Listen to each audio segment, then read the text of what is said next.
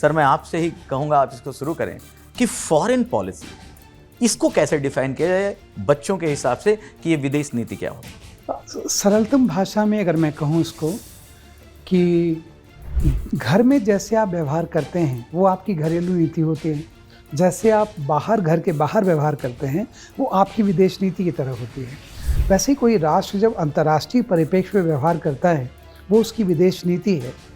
और अंतर्राष्ट्रीय परिप्रेक्ष्य में व्यवहार करते हुए कोई भी राष्ट्र राष्ट्रीय हित और अंतर्राष्ट्रीय हित दोनों के बीच एक संतुलन का प्रयास करता है। लेकिन अगर दोनों के बीच टकराव होने लगते हैं तो हर राष्ट्र बिना किसी अपवाद के अपने राष्ट्रीय हितों को प्राथमिकता देता है, जिसे कूटनीति कहते हैं, डिप्लोमेसी। सरल भाषा में कहें कि foreign policy is to set balance between global and national interest and diplomacy is to give priority to national interest.